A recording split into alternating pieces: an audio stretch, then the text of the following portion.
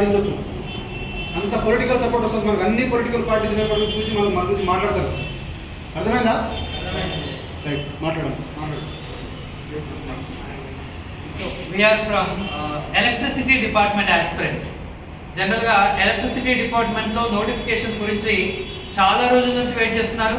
Especially ఎన్పిడిసిఎల్లో junior linemen notification 2018లో వచ్చింది.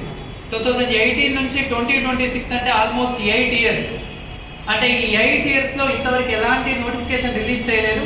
దాని గురించి చాలామంది స్టూడెంట్స్ ధర్నాలు, రాస్తారోకోలు, ఆల్రెడీ ఇంతకుముందు చాలామంది స్టూడెంట్స్ జైలు వరకు కూడా వెళ్ళి రావడం జరిగింది. ఇంతవరకు కూడా నోటిఫికేషన్ లేదు. సో ఇలా చేసుకుంటూ వెళ్తే వీళ్ళు ఇలానే టైం పాస్. ఫస్ట్లో సమ్ ఏదో అన్నారు, దాని తర్వాత ఎస్సీ వర్గీకరణ అన్నారు, దాని తర్వాత ఇప్పుడు ఎలక్షన్స్. సింపుల్గా గవర్నమెంట్ వాళ్ళ పని చేసుకుంటూ వెళ్తుంది. అసలు గవర్నమెంట్ వచ్చిందే మార్పు కోసం. ఆ మార్పులు పక్కన పెట్టి వాళ్ళకి కావాల్సినవి చేసుకుంటూ వెళ్తే అది ఎంతవరకు నాట్ కరెక్ట్. దానికోసమని కమింగ్ జనవరి 31 రోజు మహాధర్నా, మన తెలంగాణ నిరుద్యోగుల సింహగర్జనకి ప్రతి స్టూడెంట్, ఎస్పెషల్లీ ఎలక్ట్రిసిటీ ఆస్పిరెంట్స్ గురించి మనం మాట్లాడుతున్నాం. ఎలక్ట్రిసిటీ ఆస్పిరెంట్స్ అందరూ బయటకు వస్తే మన జాబ్ క్యాలెండర్లో ఫస్ట్ నోటిఫికేషన్ ఎలక్ట్రిసిటీ డిపార్ట్మెంట్.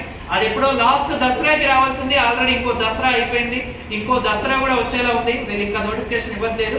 దానికోసం ఎవరైతే నిరుద్యోగులు ఉన్నారో ప్రతి ఒక్కరూ దీనికి కట్టుబడి ఈ మహాధర్నా, ఈ సింహగర్జనని విజయవంతం చేయాలని మనస్ఫూర్తిగా కోరుకుంటున్నాను.